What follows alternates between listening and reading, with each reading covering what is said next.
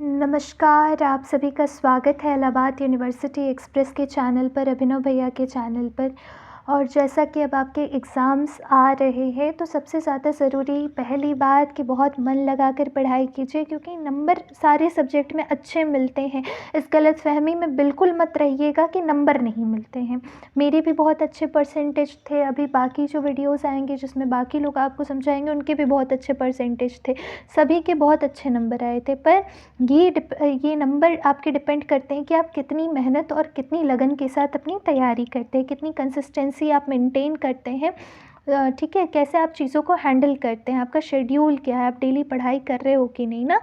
अब एग्ज़ाम्स भी आ रहे हैं तो अपनी कंसिस्टेंसी मेंटेन कर लीजिए, ठीक है। वैसे पॉलिटिकल साइंस का सिलेबस हमने पहले ही आपसे डिस्कस कर दिया था, दोनों पेपर के बारे में डिस्कस किया था, फर्स्ट पेपर के बारे में भी और सेकेंड पेपर के बारे में भी। अब जो आपका फर्स्ट पेपर है, ठीक है, फर्स्ट पेपर में जो आपके 5 यूनिट है, 5 यूनिट से आपके क्वेश्चंस आएंगे। जो यूनिट्स मैंने डिस्कस कर दिए हैं कि उसमें आपको कौन कौन से टॉपिक पढ़ने हैं, तो अब समझ लीजिए कि जो टॉपिक आपको दिया है उतने टॉपिक आपको प्रिपेयर करने हैं, और उसमें 2 बातें सबसे ज़्यादा महत्वपूर्ण है, सबसे ज़्यादा इम्पॉर्टेंट है। आप किस तरीके से अपना आंसर प्रेजेंट करते हो, आप कैसे अपने आंसर की प्रेजेंटेशन एग्ज़ाम में दे रहे हो।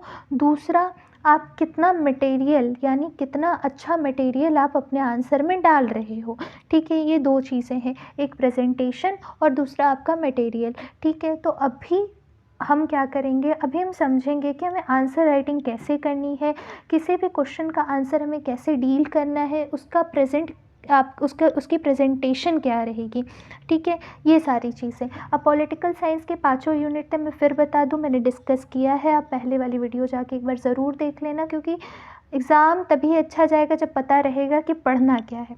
अब एग्ज़ाम कल है और 24 घंटे पहले आके आप पढ़ाई कर रहे हो तो कुछ हो पाएगा नहीं आपसे, ठीक है।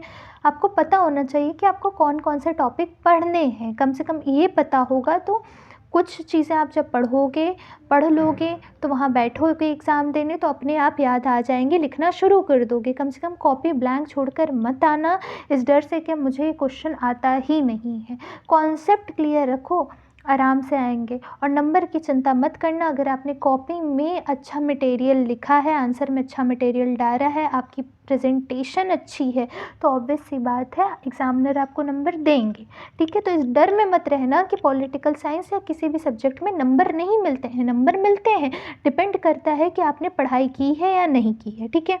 अब पहले ही आपका है, जैसे पॉलिटिकल साइंस के पहले यूनिट में आपको नेचर एंड स्कोप के बारे में पूछता है ना, ये है ना आपका question, definition and nature of political science.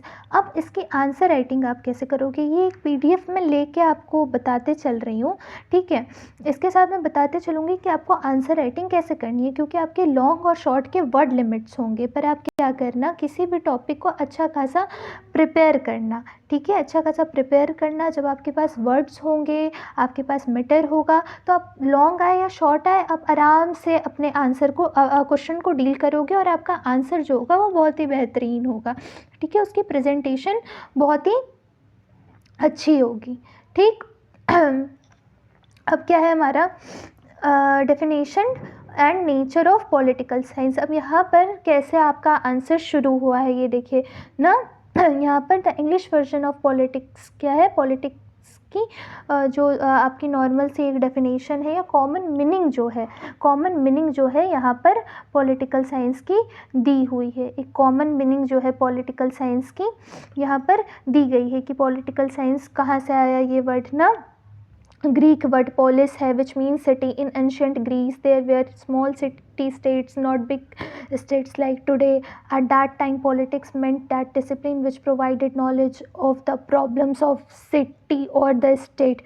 तो ये सारी चीज़ें, मतलब एक नॉर्मल सा इंट्रोडक्शन आप अपने हर आंसर में दोगे, ठीक है। यहाँ पर पूछा है definition and nature of political science.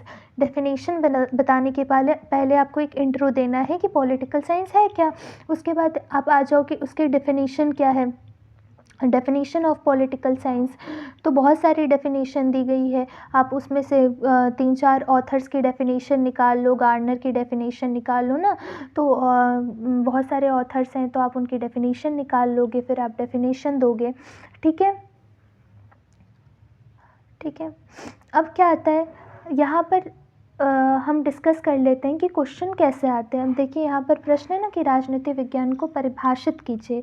राजनीति विज्ञान विज्ञान है अथवा कला या दोनों है। राजनीति विज्ञान की प्रकृति का उल्लेख कीजिए। राजनीति विज्ञान कला या और कला विज्ञान और कला दोनों ही है। तो यहाँ पर क्या पूछ रहा है कि डेफिनेशन बताइए पॉलिटिकल साइंस की, meaning of political science, definition of political science and nature of political science. ये 3 बातें आपको एक टॉपिक दे दिया है। अब आप क्या करेंगे, अगर आपके प्रश्न में आता है कि राजनीति विज्ञान को परिभाषित कीजिए और राजनीति विज्ञान की प्रकृति का उल्लेख कीजिए, ठीक है। ये एक आपका क्वेश्चन ऐसा है कि जो आएगा ही आएगा। फर्स्ट यूनिट में आपको एक ही क्वेश्चन देख लीजिए तैयार करना है कि राजनीति विज्ञान क्या है, उसको परिभाषित कीजिए, उसकी प्रकृति का उल्लेख कीजिए ना। Meaning of political science, definition of political science और नेचर ऑफ पॉलिटिकल साइंस, ये 3 चीज़ें हो गई। अब जब आप आंसर लिखिएगा तो कैसे लिखिएगा, देखिए यहाँ पर ये प्रश्न अथवा अथवा करके दिया है, तो ये प्रश्न आपका इम्पॉर्टेंट है। इसी तरीके से आपके प्रश्न पूछे जाएंगे। अब आपसे जब पूछेगा कि पॉलिटिकल साइंस का डेफिनेशन दीजिए, पॉलिटिकल साइंस की मीनिंग बताइए, ठीक है। तो आप क्या करेंगे, सबसे पहले आप पॉलिटिकल साइंस को डिफ़ाइन कीजिएगा कि पॉलिटिकल साइंस क्या है, पॉलिटिकल साइंस कौन से वर्ड से मिलकर बना है, उसका क्या मतलब होता है। और उसके बाद कुछ ऑथर्स की डेफिनेशंस दीजिएगा, ठीक है। कुछ ऑथर्स की डेफिनेशन दीजिएगा, गार्नर की दे दीजिएगा, मेलिनोस्की की डेफिनेशन दे दीजिएगा। जो लोगों ने डेफिनेशन दी है आप उन सब, एरिस्टोटल की डेफिनेशन दे दीजिएगा। जो पॉलिटिकल साइंस की डेफिनेशन ऑथर्स ने दी है आप उनके डेफिनेशन दे दीजिएगा, ठीक है।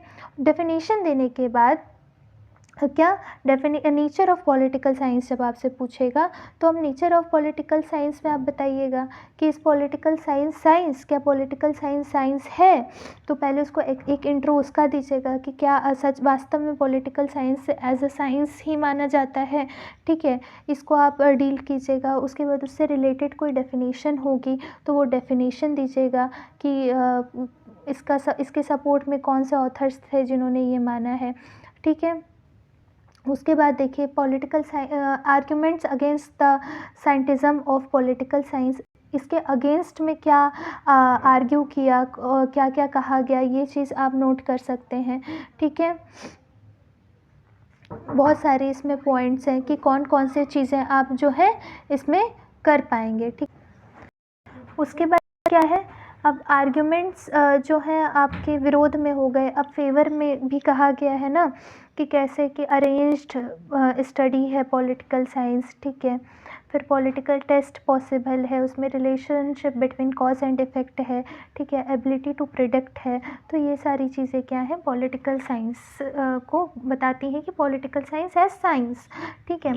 तो अगर आपका ये आता है कि पॉलिटिकल साइंस के नेचर के बारे में आप बताइए, तो नेचर के बारे में आप कैसे बताएंगे, या पॉलिटिकल साइंस की डेफिनेशन पूछता है या कुछ भी है, तो पहले एक इंट्रो आप बहुत अच्छा सा एक इंट्रो तैयार कर लीजिए जिसमें आप पॉलिटिकल साइंस को एक्सप्लेन कीजिए। फिर कुछ ऑथर्स की डेफिनेशन ले लीजिए, गार्नर की डेफिनेशन ले लीजिए, एरिस्टोटल की डेफिनेशन ले लीजिए, अरिस्तु की, गार्नर की डेफिनेशंस आप ले लीजिए। आफ्टर डैट आप उसमें बताइए कि पॉलिटिकल साइंस का नेचर क्या है। उसमें सबसे पहले पॉलिटिकल साइंस एज साइंस को एक्सप्लेन कर दीजिए।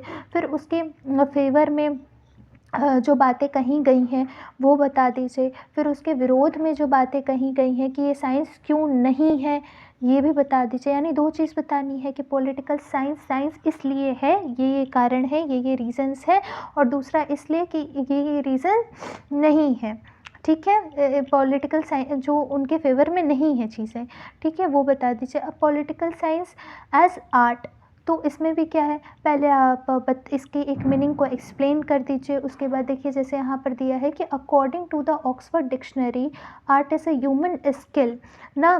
तो आपको एक यहाँ पे डेफिनेशन दे दी ना, तो आप इसको लिख दीजिए, मीनिंग को एक्सप्लेन कर दीजिए। फिर the following arguments are given in favour of considering political science as an art. तो अब उसके फ़ेवर में जो कहा गया है कि पॉलिटिकल साइंस क्यों आर्ट है, आप वो बता दीजिएगा। इसमें डेफ़िनेशंस आप डाल सकते हैं, ठीक है? तो इस तरीके से क्या है, आपका एक आंसर रहेगा।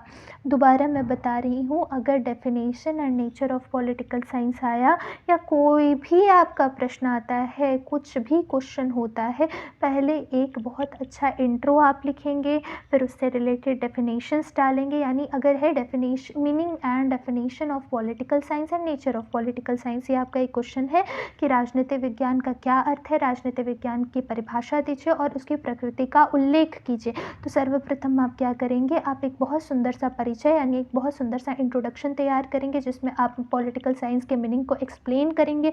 उसके बाद आप ऑथर्स की डेफिनेशंस देंगे। उसके बाद क्या करेंगे, जो भी आपके राजनीतिक हैं उनकी डेफिनेशंस देंगे। और उसके बाद आप क्या करेंगे, इतना करने के बाद आप कहाँ आएंगे, उसके नेचर पे आएंगे। नेचर में भी अगर पॉलिटिकल साइंस एज साइंस यानी राजनीतिक विज्ञान के रूप में पहले उसकी मीनिंग को एक्सप्लेन करेंगे, फिर उसके लिए कोई डेफिनेशन दी गई होगी तो आप डेफिनेशन डालिएगा, 1 या 2 डेफिनेशन डाल दीजिएगा, तो थोड़ा आपका इम्पैक्टफुल लगेगा आंसर। और उसके बाद उसके फेवर में जो बातें कही हैं वो, और उसके विरोध में जो बातें कही गई हैं वो लिखिएगा। फिर political science as a study of art, अब आर्ट में भी मीनिंग एक्सप्लेन करिएगा, डेफिनेशन डालिएगा, उसके बाद उसके फेवर में जो बातें कही गई हैं और वो जो आर्ग्यूमेंट्स हुए हैं वो पॉइंट्स डालिएगा, ठीक है?